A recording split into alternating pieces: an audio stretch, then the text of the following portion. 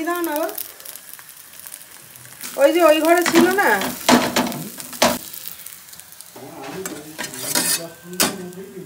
বিয়েবাড়ির জন্য বাবা এসেছিল, এবারে বাবা আজকে বেরিয়ে যাচ্ছে, একা যাবে, বাবা আবার ভাইয়াদের ওখানে চলে যাবে উড়িষ্যাতে। সেই জন্য কিন্তু আমি আলুর পরোটা বানাচ্ছি, সেটা তোমাদের সাথে একটুখানি শেয়ার করলাম। তো ম্যাও বাড়িতে নেই, ম্যাও আসলে ম্যাও একটুখানি কষ্ট পাবে, ম্যাওকে মার কাছে রেখে এসেছি, ওর শরীরটাও ভালো না। বিয়ে বাড়িতে রিসেপশন ছিল, কালকে গেছিলাম, কারেন্ট চলে গেল। মেয়ের বাড়িতে গেছিলাম, সেখানে হচ্ছে অনেকটা দূরের রাস্তা, প্রায় দীঘার কাছাকাছি।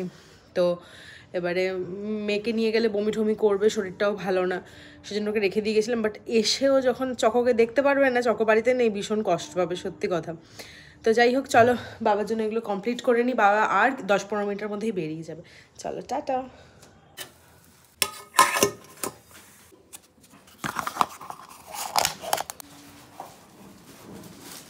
তুমিও সাবধানে যাতায়াত করবে।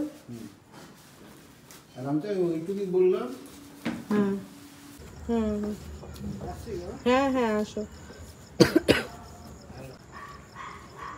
ম্যাওয়ের চকো চলে গেল।